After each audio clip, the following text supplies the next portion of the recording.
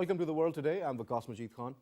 And it seems that we can't seem to get over President Donald Trump's tweets, and therefore we are continuing to talk about that because there are a number of repercussions that have taken place as a result of that tweet. And we will talk about that in detail. So let me introduce my guests in the studio. Joining me today, we have AVM Ikram Ullah Bhatti with us, and along with him we have Brigadier Tughral Yameen, sir. Thank you very much, sir, for being here.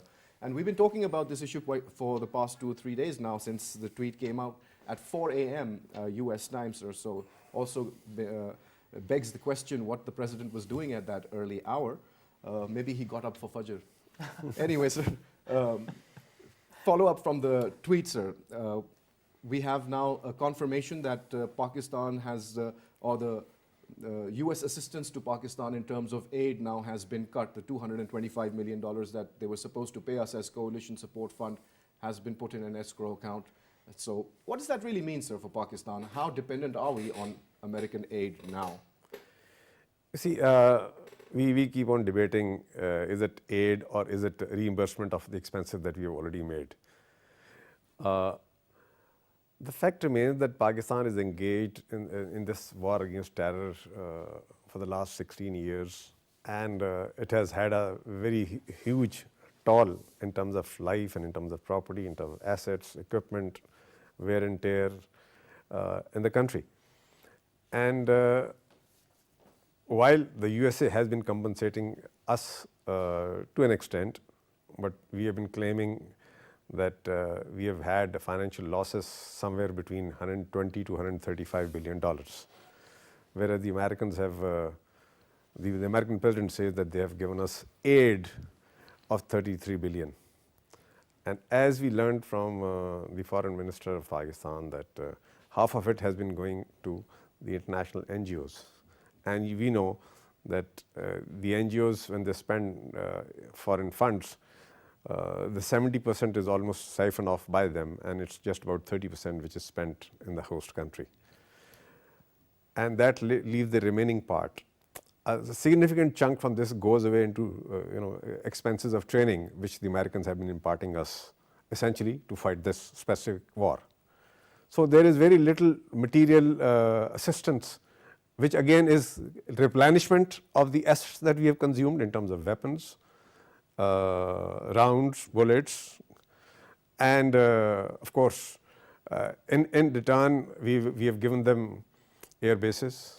In return, we have given them a passage of their convoys for the last 15-16 years. We've given them airspace to operate, fly across, even their missiles, their aircraft. All kinds of logistical support. Then, of course, we've given them airspace to operate their drones. So we have given them all sorts of support. And does the US president consider all this to be charity from Pakistan to the US? And whatever that he is paying us, that is aid. Of course, our foreign minister has said that we offered that the Americans may want to appoint an auditor of their choice, and we will pay for it, and he can know and learn that these 33 million were in fact not an aid but reimbursement or compensation of whatever expenses that have occurred in Pakistan in this war against terror from the Pakistani side. Sir, let's also talk a little bit about the backdrop and what may have prompted this particular tweet at that particular time. A lot of it has to be seen in the backdrop of the vote in the UN regarding Jerusalem, sir. And Pakistan was one of the leading countries where they supported the Palestinian cause, and they were supported by 128 other countries. And each one of them were given the threat by the Trump administration that you watch out, we will be watching you as you vote. And that, do you think, has any role to play in this particular case, sir? And it seems to be very close to the president's heart that he has decided to keep an eye on all the countries that have not voted in favor of his Jerusalem policy. Also the fact that he has also cut aid to the Palestinians along with Pakistan. So what do you think, sir, is the real backdrop to this entire situation that we are now facing the brunt of? There are many things, and as you rightly pointed out, the Jerusalem affair might have something to do with it. Pakistan was a leading country, and nothing wrong in it. If you feel so strongly about Jerusalem, I feel very strongly about Jerusalem. Many people feel strongly about Jerusalem. It was our first Qibla. So if we think that Mr. Trump was doing harm to the Islamic polity by shifting his embassy to Jerusalem, it was the right step in the right direction. If we say that Islamic causes are close to our heart, although many people say that Islamic causes should not be equated with the Arab causes, but I think Palestine is a Muslim cause. And more than that, it's a humanitarian cause. It's a humanitarian cause. The kind of the injustice that the Palestinians are facing at the hands of the Israelis at this point in time is unprecedented, sir. That young girl, 16 years old, Heath Tamimi, the way she's handcuffed for the mere fact that she slapped an Israeli policeman. So I think, and here I blame the Arabs also, because they are apathetic. They have not done anything about the Palestinians. It has been 70 years now that Balfour Declaration was announced, and the British occupied Palestine, and then it was mandated territory, and then it was the Jewish settlers were allowed to come in, and then they sold away their territories. It's a mess. It's a history that nobody would be proud about. But the fact is, the Arabs forsook their brothers, but that doesn't mean that Pakistanis should do it. A humanitarian cause, Islamic cause, Muslim cause, whatever you call it. So I think it was justified, and if you want to be if you want to stand up for rights, then you got to be prepared for this kind of outburst. But having said that, for a very long time this narrative has been building up about Pakistan lying, Pakistan being duplicitous, and they have been using these words against who was once upon a time their hero, against General Musharraf also. They've been saying the same things about. In Obama's war, Bob Woodward has used the same words through the mouths of American generals about General Kiani, that he's a liar. It's written there. It's very much written over there. So they have been, this narrative has been building for a very long time, that Pakistanis are liars, they are cheats, they are not. But you are playing your game, we are fighting our own battles, and as the Marshal very correctly pointed out, we have actually given up on our sovereignty. The way they came in and did with whether he was an actual character or a mythical character with Osama bin Laden, I think my head hung in shame that our air defenses didn't work, our ground forces didn't work. Well, what happened? But for what it's worth, President Obama also did say that the Pakistani government or armed forces were completely oblivious of Obama's presence in the country. He said that, but what happened then? Still, we shouldn't have been oblivious of what happened. That's true. It's a stigma. I mean, it was a sad moment in our history. Why was that character here in our country? Why did the Americans come in? Why did they kill him? Why did they get a safe exit out of our country? If our armed forces, and I've been a proud member of the armed forces, if we were alert, we wouldn't have allowed it to happen. So there was something wrong somewhere, and it was very bad. So when we gave bases to them in Shamsi, and we allowed the drones to, we gave up our sovereignty. They killed 24 of our men in Salalah. I think that was bad. 24 young men killed, and they kept on strafing them for 40 minutes. And despite pleas that this Pakistani military post, they did not stop it till they killed 24 of the men in cold blood. So and what I mean, the costs that we have paid, and we are still paying, and we are going to continue to pay for the next whole generation, because after the conflict is over, I hope it is over as soon. I don't see an end to it. We have to rehabilitate these people. So this is the cost of our friendship with the US. This is the cost. So I think any country who is a friend of the US should take a lesson from Pakistan and say that there's a very heavy cost to pay for their friendship. Well, moving on, sir, let's talk about the situation in Afghanistan. And there seems to be some kind of people are agreed on this fact that when we talk about Afghanistan, it is a collective failure of everybody, including NATO, the US, when it comes to the challenges of the Afghan conflict. A few of them that have been highlighted are political infighting, massive corruption, phenomenal growth of drug production, and the expansion of ungoverned spaces in Afghanistan. So how can Pakistan be held responsible for this collective failure? That is what we are witnessing, sir, because Pakistan is the one that's been used as a punching bag when it comes to the failure of the NATO and the coalition force in Afghanistan. You see, when the Russians moved into Afghanistan, we had a huge influx of refugees. And when they went away, some of them went back.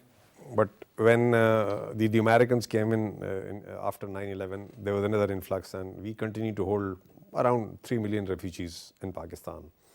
The border remained porous until today to quite an extent.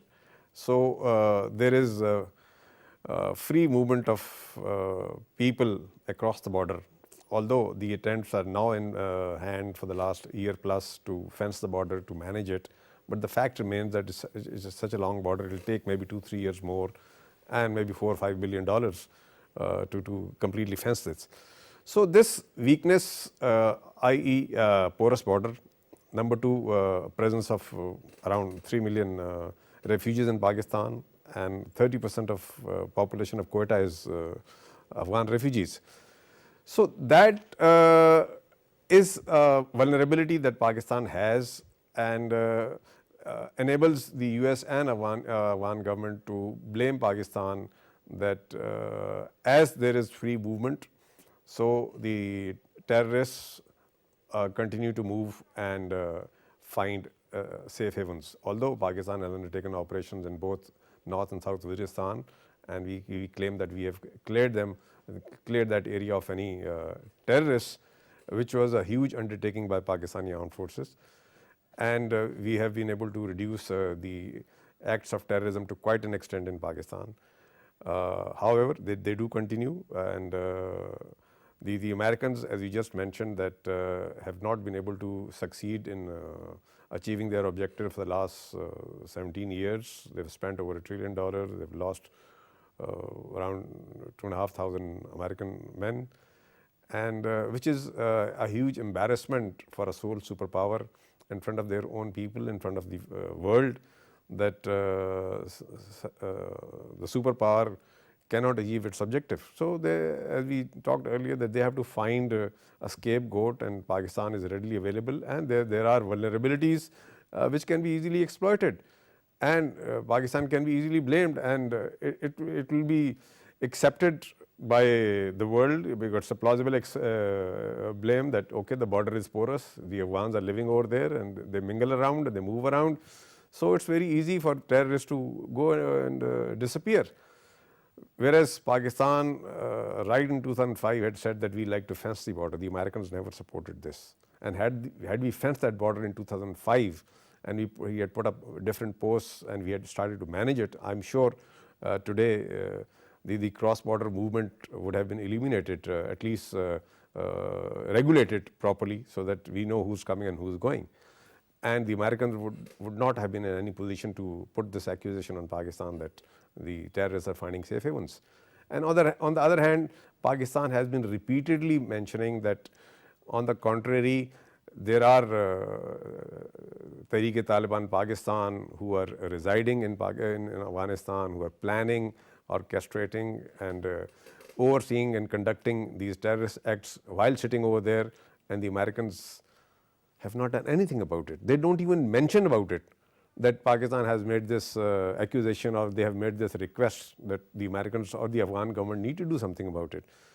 Lately, you would recall that Pakistan did carry out some engagement across the border while staying inside, and they engaged certain terrorists, and there was an offer from the American side that Pakistan need not undertake this, they should tell us where they are and we will undertake this operation for them.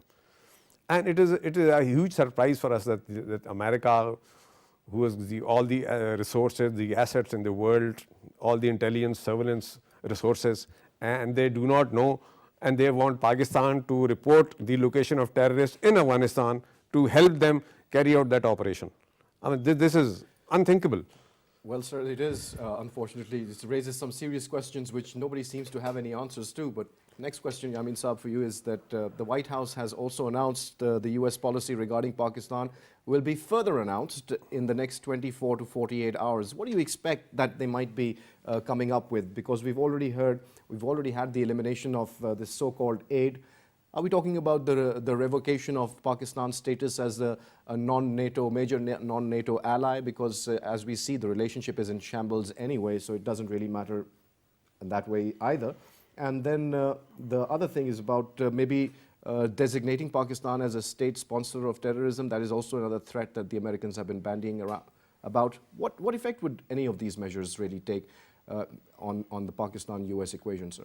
If it's cosmetic, like taking away that title of being the major non-NATO ally, well, perhaps it won't matter to an extent. Major non-NATO ally does grant you certain privileges in terms of getting weapons, etc., and training, military training, etc. But if it comes to being branded as a state sponsoring terror, then the implications could be much deeper. There could be sanctions, there could be layers of sanctions on you, and that will hurt the poor people.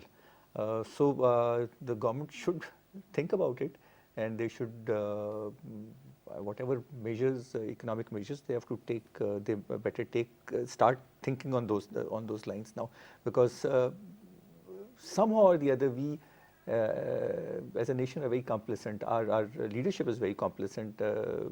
We are fatalist, or it's our destiny. I think that attitude should not be the prevalent attitude. So if we are really going to be, and by the way, this threat has been dangling on our heads as a Damocles sword for not a few years, for many years. In 1992, when we sent our troops to Somalia, there were again these two threats that were being hurled at Pakistan. One, that your nuclear program is there, and the sanctions would be imposed, and then the infamous Justice sanctions were imposed, and also you are a state sponsoring terrorism.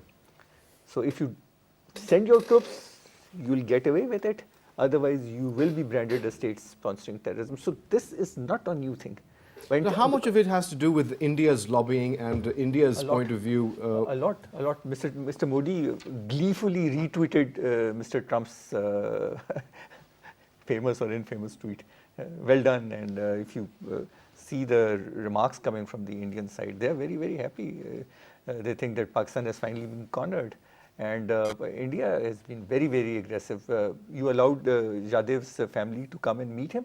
They weren't thankful. They started blaming you for inappropriate behavior, and on the very same day, they killed our people on the line of control. So Indians, unfortunately, I don't say that it's a good thing. Unfortunately, they are not your friends.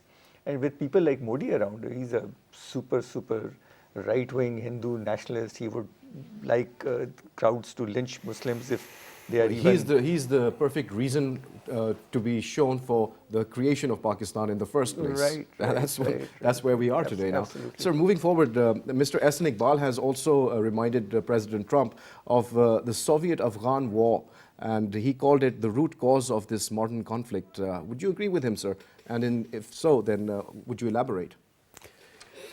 See, in 1979, when the Russians moved into Afghanistan, Pakistan had a total of 300 madrasas. And in 1989, when the Russians left, we had 10,000. Now they are around 30,000. So you know what has caused all this. And I will agree with Mr. Ehsan Iqbal that our problems actually began from there, that when we introduced religion into warfare, and we invited the Mujahideen from all over the world, sponsored, funded, trained, equipped, motivated by CIA. I mean, imagine a CIA officials reciting the verses from the Quran and inciting people to go and fight the holy war. And now, well, while Hillary Clinton is known to have acknowledged it, but somehow Mr. Trump is unaware of it. Well, so if you use Hillary Clinton's name, that would just rile up Mr. Trump even more. So I think we should avoid that. But sir, moving forward, talking about the Afghan imbroglio now, sir, the Afghans have also seemed to be quite like a cheering squad when this particular tweet came out. So we've also had a very productive meeting recently between the foreign ministers, Mr. Khaja Asif, the Afghan counterpart, and the Chinese counterpart. Just recently, we had some positive sounds emanating from Afghanistan as well. Why do we have this schizophrenic relationship with both our neighbors, Afghanistan and India, sir? What do you think is the reason behind it? A long history. Afghans, when Pakistan came into being, they were the only country who opposed Pakistan's entry into the United Nations. I read an article written by an Afghan in which he said that this chronically poor, impoverished nation, which was a monarchy then, with Zahir Shah on the ruling, would tend to blame Pakistan to shift the focus of the populace away from what was happening within Afghanistan. And initially they use Pakistan as a scapegoat, and they're still doing it till this day. They're still doing it. So nothing has changed. Nothing has changed. So the elite in Kabul find it very convenient to blame Pakistan for everything. So elite, educated people living in Kabul have been brought up for generations with an anti-Pakistan mindset. They would prefer India over Pakistan, and India also plays it up. The Pakhtunistan issue, as a kid in Peshawar, I remember Pakhtunistan issue was very, very live, and the forebears of the current ANP were all involved in that. Money was coming, and India was behind it. The Soviet Union was behind it. It was a collusion, and in Peshawar, one knew about the posters of Pakhtunistan, and they used to have a Jasht-e-Kabul there every year, where Pakistanis would also go because there was a lot of fun and merriment also. But that Jasht-e-Kabul was basically celebrated to show cause the case of Pakhtunistan. And for a very long time, we lived under the threat of the Afghans claiming that our borders begin from Attak. That the Durand line They would like to claim that their borders begin from Delhi. So let's not go there, sir. Yeah. But the fact is that they also try to use Pakistan as a bogey. And they have been using it. And unfortunately, apart from the brief interregnum of the Taliban, who the world does not like now, the people in Kabul have been anti-Pakistan. But it doesn't hold true for the large majority of Afghans, the people in the hinterland, or the common people, or the simpler folks. But the people in Afghanistan, the elite, and now after the fall of the Taliban, the elite is now non-Pashtuns. So probably we find that Pashtuns are, maybe, if not all, many of them have the relative across the border. So they are not as anti-Pakistan as the maybe Tajiks or Uzbeks. So it becomes ethnic also. So there are issues there. Indians have invested a lot of money, $2 billion, etc. They give a lot of scholarships to their students. They don't let the Afghan government do any kind of business with Pakistan. Now they have this air corridor. And they are sending their goods, merchandise to Chabahar and things of that sort. So the trans trade through Pakistan is also petering down. So things of that sort. So unfortunately, it's not good. Not for Afghanistan, not for Pakistan. We are neighbors. We ought to have have friendly relations with each other, and that holds true for India also. This constant state of fear and animosity is not good for India or Pakistan. We spend a lot of money on our armed forces. I think the tensions should subside. We should live as friendly neighbors. We should invest in our people, and that is only possible if the governments in Kabul and New Delhi consider Pakistan as equal partners in the progress of the entire region. Idealistic, but that is how I look at the situation. All right, sir, let's talk about the countermeasures that Pakistan should have taken, or the ones that they can now take, sir. Now, dealing with this particular attitude that is now emanating from Washington, which is completely antagonistic towards Pakistan, frankly, sir. What should Pakistan's policies be, especially when it comes to the logistical support that the NATO and Americans are getting for their work in Afghanistan? Can Pakistan shut down those supply lines? Can Pakistan take some unilateral actions as well, as the Americans have been threatening? You see, we just have at the moment words coming out from the USA. No bullets. But they happen to be coming out from the President of the US, so they have to be taken seriously. And their primary or sole accusation is that Pakistan is providing safe havens to the terrorists whom they are fighting. That is their main theme. The rest, lies or aid, I mean, that is, semantics. But the main issue is that Pakistan is providing safe havens. And as my colleague said, this is not new. We are hearing this for the last 15 years. But in the meantime, we've also heard that they have praised us for our support. They've acknowledged our sacrifices. Absolutely, sir, because I want to add over here that the Foreign Office further complained that the recent U.S. statements are at variance with the extensive conversations that Islamabad has had with the U.S. administration. Yes. So again, there's this disconnect, this schizophrenia that exists in we've the had bilateral relationship. their defense secretary visit us, their secretary of state visit us. We've had some, productive meetings and positive signs coming out of it. And as we were talking a little while ago, I think this current tweet is, to my mind, primarily in the backdrop of or a reaction to the UN vote.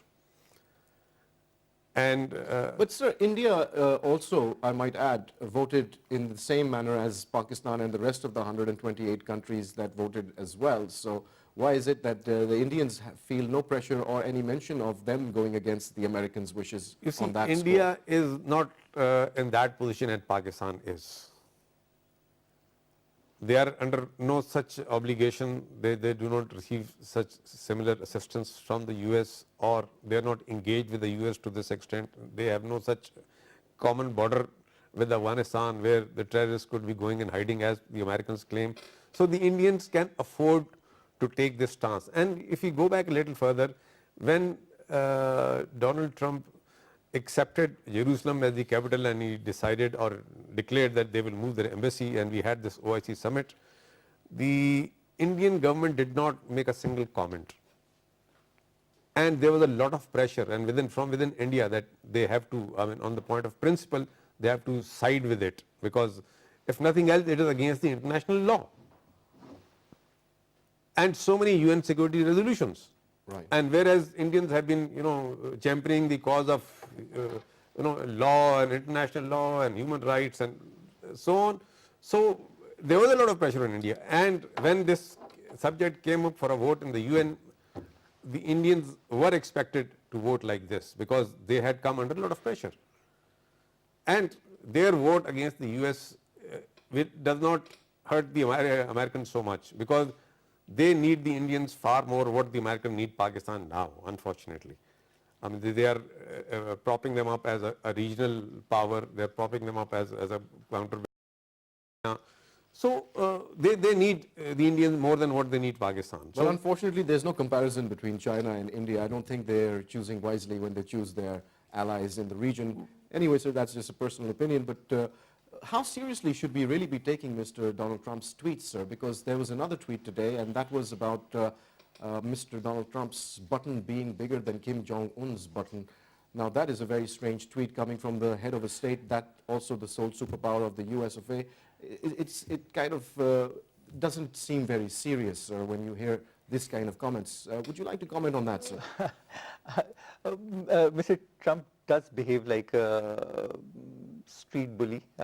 His demeanor, his entire whatever jargon that he used, the language that he uses, like a street bully threatening another boy living in the same street. Is that how diplomacy is conducted between countries, sir? It should. It also shows a huge decline in American statesmanship, because as a young man or a child, I grew up to admire the great American presidents, and we used to learn speeches of Abraham Lincoln and we've come a long way from there. Gettysburg Address, and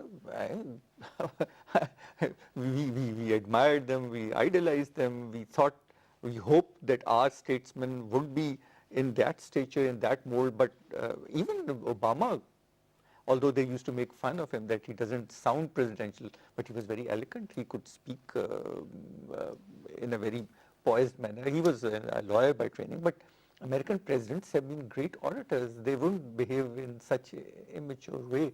But that's what our world is coming to. At one side you have Modi, who would also use very abusive language, and I don't see any leader in the world today who can truly be inspirational for our children. So he does behave very awkwardly, and his own he does behave very awkwardly with his own cabinet people also. I think he made a very rude remark about Tillerson also once when he was trying to make some kind of rapprochement with North Korea. He said that he. And then there was the famous Kofifi tweet as well, which we still haven't been able to understand what that was all about. But still, moving on, sir. What about the statement that the ex-Prime Minister of Pakistan, Mr. Nawaz Sharif, has made, sir? He says that we should not care, or rather we don't care about US threats anymore. So how do you think we should take this statement, sir? You see, I think we should not let our emotions rule our mind, you know, and America continues to be the sole superpower, and Pakistan is politically, economically a weak country, and we are not in a position to respond or reply to the American allegations or their threats or their ultimatums in this manner. Whose fault is that, sir? I guess they're saying this for our domestic consumption, and unfortunately such utterances, you know, they bring up popularity which is unfair, incorrect and unfortunate. People should be wise, and they must understand that such like you know, counter statements are not productive at all. They will increase the level of mistrust and even hostility. And you could do that, but provided you are in a position to do that. And if you are not, then we need to be little wise. So you're saying, so your advice would be to suck it up and just do what needs to be done. Yameen Saab, another statement that was very interesting came from Malia Lodi, and she said, who's also kind of a prime mover and shaker in this particular predicament we find ourselves in, but Pakistan can review the cooperation with the United States if it is not appreciated, is what she said. How should we view this statement, sir? What does she mean by that? I'm sure she must have sought prior consent from the government before issuing this statement, but I think by and large our government has given a very measured response. They have said that this is unwarranted, and but they have not said anything which would reflect that we want to pick up a fight with the United States, and very rightly pointed out, it remains a sole superpower. It's a very big country, it's a very mighty country, it still rules the 7 oceans, it's got 7 fleets, and perhaps you cannot make war with the United States, or you can. The politicians, Imran Khan also made a similar statement like Mr. Nawaz Sharif. So you can do that for domestic consumption. I don't think CNN or other Fox News would be playing the video clips of Imran Khan or Nawaz Sharif making anti-Trump tweets, right, whatever sound bites. But Malia Lodi, I think she must have sought prior approval, and obviously if America stops your aid, or if America takes some very harsh measures against them, then obviously you will also consider reviewing your relationship with them. How can you review it? In what position are you to review it? That is a moot point. But remember that we did stop their ground lines of communication once after the Salala for 7 months. For 7 months they remained. And they had to apologize. They had to watered down apology was offered, but they is that enough, sir? That wasn't enough, but we took it as a face-saving exit. We said, okay, accept it, open the routes, let the convoys move. So I also want to bring up another statement, sir, which is important, and that is by Khurram Dastagir, the defense minister. He has said that Pakistan is acting against the JUD and Hafiz Saeed under Radul Fasad and not under any US pressure. Now that's a very significant statement, sir. How would you analyze this particular line of thought by the government? Because again, we see quite a few disagreements on that note. Yeah, I would also I would not entirely agree with Mr. Khurram Dastagir Khan. There is international pressure, and these people are on the international radar for various kinds of activities they've undertaken. So I think there's international pressure, and right, Radul Fasad is also there. But see what happened when this Defy Pakistan rally was held, and the Palestinian ambassador was seen hobnobbing with Hafiz Saeed. Palestine had to withdraw the ambassador because India objected to it. They said that he's a terrorist, so how can our ambassador be talking to him, although he was talking about Jerusalem, Al-Quds al-Sharif, but that is the kind of thing that happens once these people are declared terrorists. So you are walking a very tight rope. So Khurram Dastagir Khan Sahab must be saying that in defense of his government, and I don't blame him. It's a rather awkward position. We are in a corner. And well, a very sad situation we find ourselves in, sir. But let's also talk about the press secretary, Sarah Sanders' statement. She says that whatever the tweet that President Trump made was a follow-up to his commitment on suspending U.S. aid to Pakistan. So how should we view this particular statement in the context and the backdrop of the South Asia policy that was announced last year in August by Mr. Trump, sir? I thought that we were on the same page, being the most allied ally, major NATO ally and all of that, fighting the war on terror, and it being not just the America's war, but also our war. So there were so many of these explanations given to the people. Now, where do we find ourselves, sir?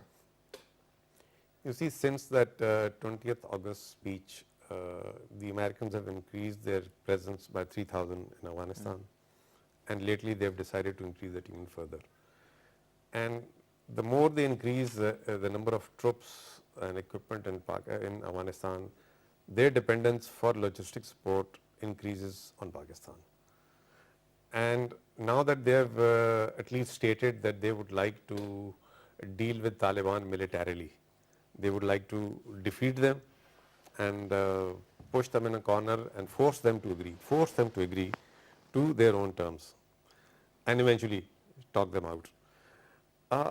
So if that be the case, which it is emerging to be, the American dependence increases on Pakistan. And while Pakistan maintains that there are no safe havens and have even offered that you can point them out, if there are any such areas in your view, we will carry out operations. And the case of the American-Canadian couple, they were recovered within hours when we received the information, the intelligence information about their movement across into Pakistan, which was of course duly appreciated by even Mr. Trump himself. So there is a lot lying on the table, and there is a lot to happen in future. And I think the moot point is the American claim of Pakistan having safe havens for the terrorists. Which we've denied a number of times, and we've also showed them the areas and taken some of their high-ranking officials to visit those areas. So I think we need to work on this, and for once for all clear this, so that the Americans may have any other reason to say or do whatever they want to, but not this, that Pakistan has safe havens for the terrorists which are engaged in Afghanistan. So we need to seriously do this, so that at least this is ruled out. So we are already working on that. We are fencing the border, and we have fenced quite a large portion of it, but of course the border is almost over 1,000 kilometers long, so it is going to take some time before that entire exercise is completed, and it goes not just between KPK but also all the way to Balochistan, where the border needs to be fenced. True, and in the meantime, you see, the Americans also showed some relaxation or support or favor to Pakistan by delinking this Kashmiri organization from Haqqani network. Otherwise, they are putting them together. So, as far as Hafiz Saeed is concerned, Hafiz Saeed is not fighting in Afghanistan. He is not fighting the US forces. I mean, his efforts are focused in Kashmir. So, when the Americans say something on this subject, then you know where it is coming from. It's coming from India. Absolutely, sir. And they're obliged to say this. They want to keep India happy, so that they can spend more money in Afghanistan, and Trump can save that money from the American exchequer. I mean, that is what he has clearly stated. Okay, if you don't want to put boots on ground, spend money, because otherwise I'll have to spend that money. Right. So if the Indians are willing to take away that bite from the starving Indians and spend it in Afghanistan, let it be. Let them do it. All right, Yameen Saab, what's your advice, sir, to the government in this particular predicament that we find ourselves in? How should we maneuver ourselves in this very shark-infested water that we find ourselves in at the moment, sir? I think one very sane advice given by the Air Marshal is that take the issue seriously. If they say they are safe havens, talk to them, find out where they suspect the safe havens to be, ask them to provide you satellite imageries or Intel. photographs or whatever. And I think comb the entire area, go inch by inch, centimeter by centimeter. If there is even a shred of doubt that there could be somebody hiding somewhere which we have not been able to discover, then take it out. And I know from friends who have been in and out of operational area is difficult, you clear it, people come back, reoccupy those places, so it's not that easy. You clear an area once and within days people might be back. So There was one defense analyst who did say that you cannot have a war against geography. Absolutely. When you talk about and it's the very, terrorism. May I add it's here very, very something? difficult. Yes, sir. You see, when it talks of safe havens in Pakistan, in the area bordering Afghanistan and Pakistan, the USA has been carrying out drone strikes since 2005. We are in the 13th year of drone strikes. Around 450 drone strikes have happened. And they happened with complete impunity. The Americans had total intelligence. I mean, the drones would hover around for hours and they would monitor telephones, they would monitor physical movement through cameras, through satellites. And if they claim that we have safe havens, so where is your drone? I mean, for 450 drone strike, what they were shooting partridges or what? Was it a hunting trip? $1 million question, sir. But we'll leave it at that. Thank you very much for taking out the time and sharing your views with PTV World.